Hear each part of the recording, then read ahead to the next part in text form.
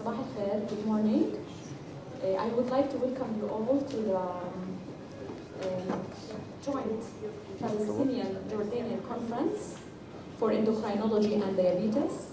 It is a great pleasure to have friends from different parts of the world, from Italy, from Jordan, from Egypt, from other countries joining us in this second joint meeting.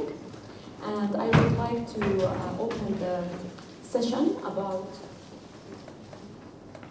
diabetic complications, comorbidities, and related disorders.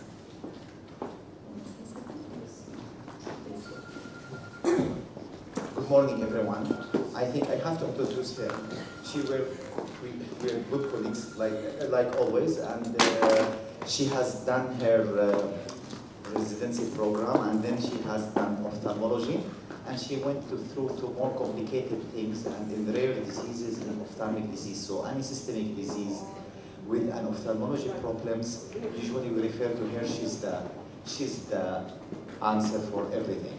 So I would like to thank you. Thank you for, like always, for complicated disease. She doesn't like simple things about ophthalmology.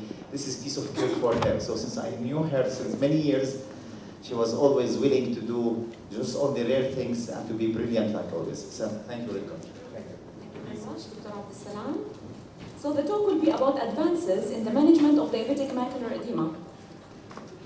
We live in the diabetes epidemic, which is a growing non-communicable disease epidemic.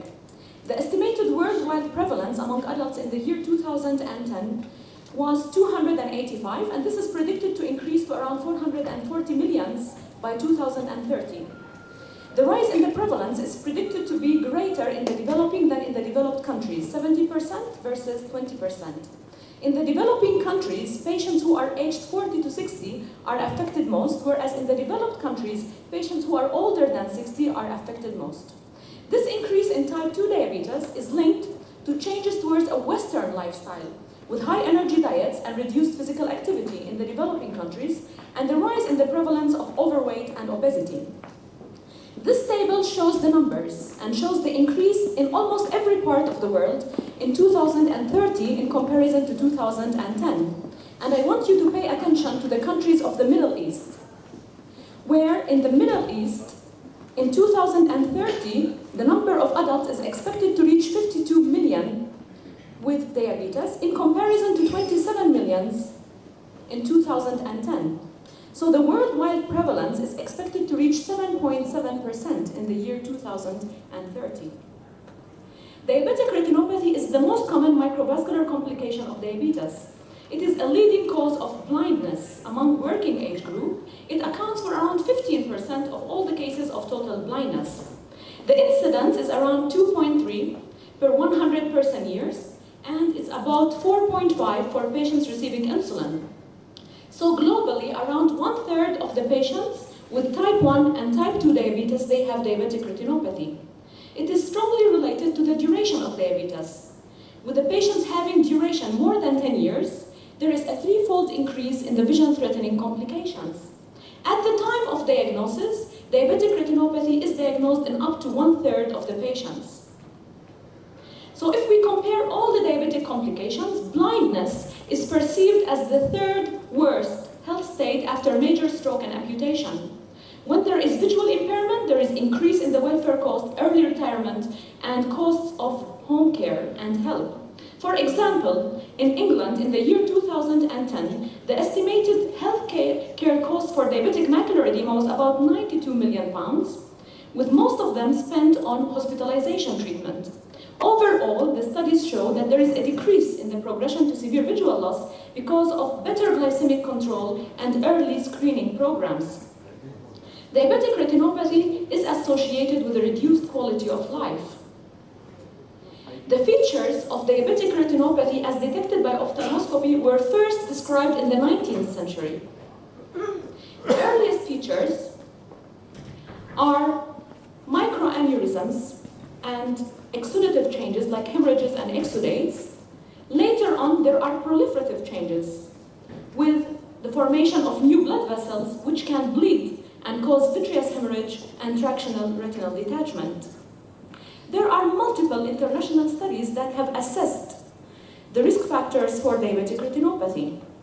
And these include the level of the blood glucose, blood pressure, duration of diabetes, lipid profile, pregnancy, nephropathy, obesity, genetics, and nutrition.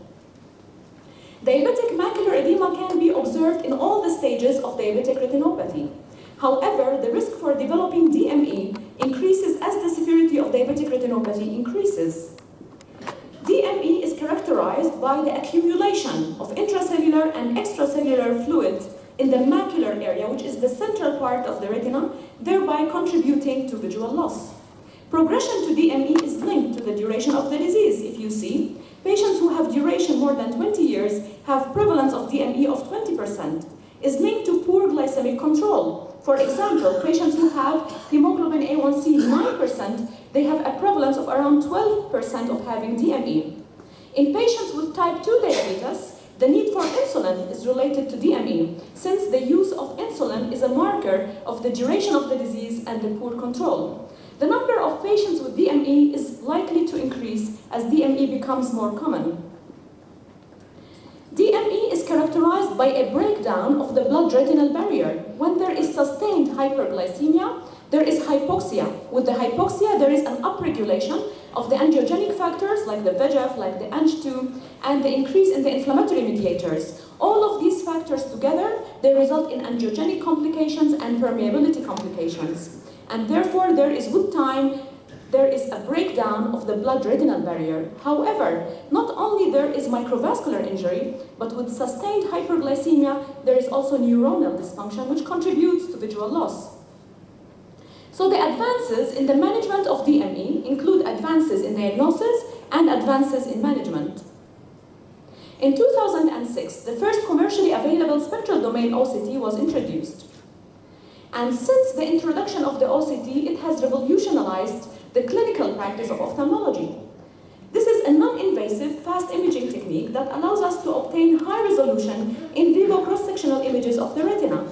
If you look here, this is a cross-section of the central part of the retina of the macula, and it is very much comparable to a histological section in vivo.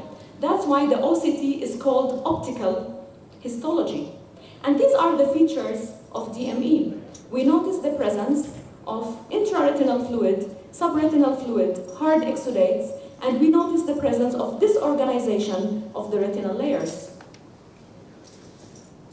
There are robust OCT biomarkers that are associated with visual prognosis.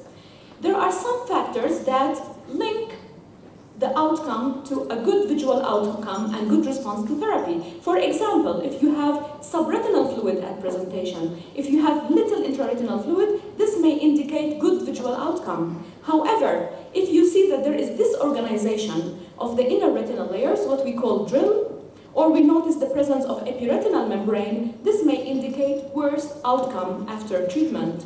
So the next development will be quantification of these qualitative features. The EURETINA recommends obtaining monthly OCT, even if no treatment is intended, since the morphological changes need to be identified as early as possible. We all know about fluorescein angiogram, and fluorescein angiogram has been a major diagnostic tool to assess the severity of diabetes and all the complications like the neovascularization and the non-perfusion.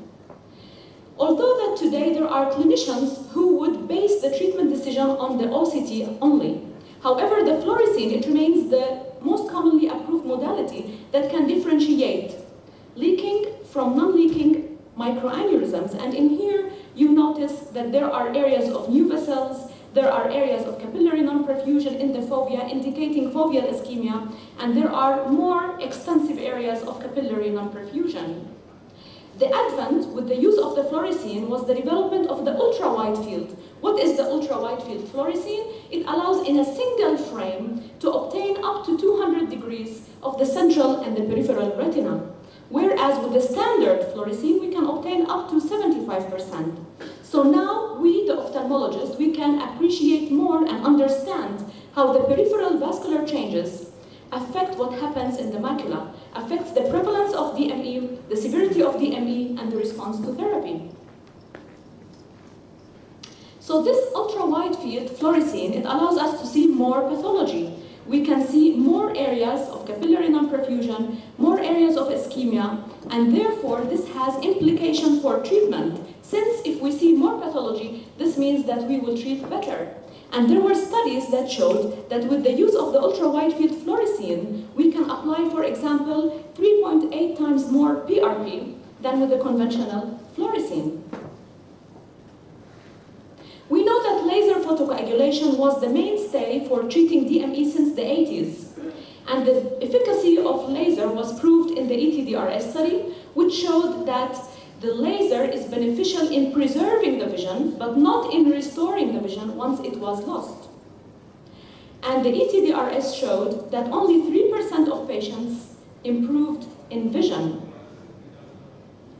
We know that laser treatment is not without side effects. Many patients will have impairment in the color vision, in the contrast sensitivity, in the night vision, and there might be expansion of the laser marks into the fovea. So recently, we live in a novel era of DME treatment, where the treatment depends on intravitreal pharmacotherapy with anti-VEGF and steroids. The three most commonly anti-VEGF agents, they include the bevacizumab, the aflibercept, and the ranibizumab. Bevacizumab is a full-length antibody, the ranibizumab is an antibody fragment, and they block the VEGF-A, which is a main player in the pathogenesis of DME. Aflibercept, which is a fusion protein, it blocks VEGF-A, VEGF-B, and the placental growth factor. Protocol I, which was published by the DRCR, which is the Diabetic Retinopathy Network, showed superiority of the ranibizumab in comparison to the laser and to the steroids. So if you look together at this graph, so we see in the first two lines the improvement in vision with the ranibizumab. This is over 1 year and this is over 2 years. Greater improvement with the ranibizumab than with the steroids and then with the laser. If you look carefully at the line in yellow, this is the group of eyes that were treated with steroids. And we see that in the first year there was also improvement with the steroids. However, the vision declined later, and this is because of the development of cataract. We know that cataract is a side effect of steroid therapy. So by looking at a subgroup of patients who are pseudophakic meaning patients who underwent cataract surgery, the improvement with the steroids was comparable to the improvement with the ranibizumab. We have the 5-year follow-up of the Protocol I, and vision that was improved in the first year was maintained all throughout the 5 years of follow-up. And if you pay carefully attention to this table, you notice that there is a decline in the number of injections, meaning that in the first year, the patients needed to receive around 9 injections of ranibizumab, in the second year 4 injections, and by the 5th year almost no injections were needed while maintaining visual improvement. Here we see the decline in the central macular thickness, and we notice in violet or purple, the eyes that were treated with laser, less decline in the central macular thickness. The use of ranibizumab did not only result in improvement in DME, however, it also improved the severity of diabetic retinopathy. And in these two graphs, we see improvement in the severity score of PDR and NPDR. Bevacizumab efficacy was shown in a smaller study, and the study showed that over 2 years, the eyes gained around 8 letters, in comparison to loss of 0.5 letters with the laser, again with a reduced number of injections. Aflibercept was studied in phase 2 and phase 3 studies. One study was the Da Vinci, which evaluated different doses of the aflibercept, 0.5 versus 2 milligrams, as well as different dosing regimens, monthly, bi-monthly, or PRN, compared to laser. And if you look carefully, you notice that there is improvement in all the arms that received the aflibercept. The biggest improvement was by using the higher dose of aflibercept, 2 milligrams every month, much more than using the aflibercept every 2 months. And here you notice the decline in vision with the laser therapy. The benefit of aflibercept was proved in 2 big phase 3 studies, the VIVID and the VISTA, where we see here with the use of the aflibercept, 2 milligrams every 4 weeks or every 8 weeks improvement by about 12 letters compared to no improvement almost with the laser therapy. Here we notice the decline in the central macular thickness, and there is very little decline with the laser therapy. And if you pay carefully attention to this graph, you notice this oscillating pattern of using the aflibercept every 2 months, or the sawtooth pattern, indicating maybe under treatment while using the aflibercept every 2 months than every month. However, this didn't have any adverse effect on the final visual acuity. The New England Journal of Medicine published in the year 2015 Protocol T of the DRC-RNet. And in Protocol T, the aim was head-to-head comparison of all the 3 anti-VEGF agents.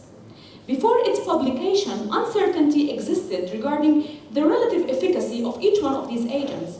However, Protocol T showed that all 3 agents were effective in improving the vision in patients with DME.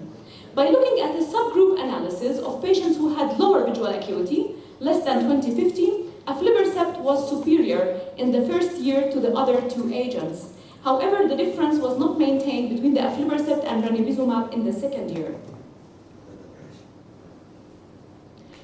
There was no difference in the ocular safety profile between the 3 agents. There was no difference in the number of injections. There was a slight increase in the systemic side effects with the ranibizumab in the vascular deaths and the non-fatal MI. With the aflibercept, there was less need for laser, and actually with the aflibercept, there was improvement of the severity of PDR in comparison to the other 2 agents. So the Protocol T concluded that all the 3 agents had acceptable ocular and systemic safety profiles to be used as a first-line therapy for DME. The Protocol T showed that eyes can improve the vision, and the vision that has been improved in the first year can be maintained all throughout 2 years. We know that aflibercept and ranibizumab, they are expensive treatments, and that's why they are not cost-effective when compared to the bevacizumab. We have mentioned earlier the role of inflammation. We said that inflammation plays an important role in the pathophysiology of DME, and that's why there is a role to use intravitreal steroids. Since the steroids can block the inflammatory agents, the angiogenic factors, they can inhibit leukostasis and enhance the barrier function of the blood-retinal barrier. We know that the earliest evidence comes from the Protocol I, which showed that pseudophakic eyes that receive steroids can improve in a comparable way to the ranibizumab. And we have the results of 2 big studies studying implants that can be injected in the vitreous and releasing slowly the steroids. One implant is called the dexamethasone implant, which releases the steroid over a period of 6 months. So in the MEET study, 2 doses of the dexamethasone implant were compared to sham, 0.7, 0.35, and sham. And after 3 years, we noticed with the higher dose of the dexamethasone, there is more improvement in the vision. But as you would expect, that with the steroids, there are always complications. The most common complication is cataract. Around 70% of the eyes had cataract compared to 20%, and more eyes needed treatment for increase in the intraocular pressure. Another treatment is the FAME, which evaluated another implant, which is described to be like the size of a rice. And this implant contains fluocinolone acetonide, and it delivers the steroids over a period of 3 years. It was studied in 2 doses, 0.2 or 0.5, and compared to sham. And again, more improvement in the vision with the steroid implant than with the sham. However, the bigger improvement was with the patients who have chronic DME than the patients who have acute DME. And more patients developed complications, of course, with the higher dose implant than the lower dose implant. Therefore, because the benefit to risk was better for the low dose implant, it was approved by the FDA, and it was approved in Europe to be used for patients who have chronic diabetic macular edema. So we live in a period of challenges because we need frequent injections. This is really a treatment burden for patients. Not all patients are able to come to the clinic on a monthly basis to receive the injections. Still, not all the patients are responders. Some of them are partial responders, some of them are non-responders. We know that up to a quarter of the patients, they will still have marked macular edema. So there is always the need to look for additional treatment options. So what is in the pipeline? Faricimab is currently studied in big phase 3 studies. It is the first bispecific antibody that can target and block two agents. It can block VEGF-A and it can block angiopoietin-2, since both of them are important players in DME. It was shown in phase 2 study, the Boulevard, that faricimab demonstrated statistically significant visual acuity gains and has potentially maintained disease stability longer than ranibizumab. And now it is studied in Yosemite and drying studies, head-to-head comparison between the faricimab and the aflibercept. Another option that is studied is the ranibizumab port delivery system, which is a small intraocular implant that can permanently be sutured to the eye wall, and it can be refilled every 4 to 6 months to deliver ranibizumab. Therefore, the treatment burden can be reduced for patients, and this can also address the issue of under-treatment. So in conclusion, diabetic retinopathy is the most or the major cause of visual loss in patients with diabetes. Patients with diabetic retinopathy, they need lifelong attention with versatile treatment options.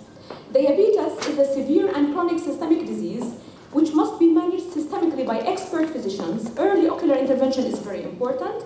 Solid communication between the diabetologist and the retinologist is crucial. Recent advances in the diagnosis and the management of DME has improved the management of this major clinical and public health problem. And I would like to thank you very much for your attention. Thank you very much, Doctor.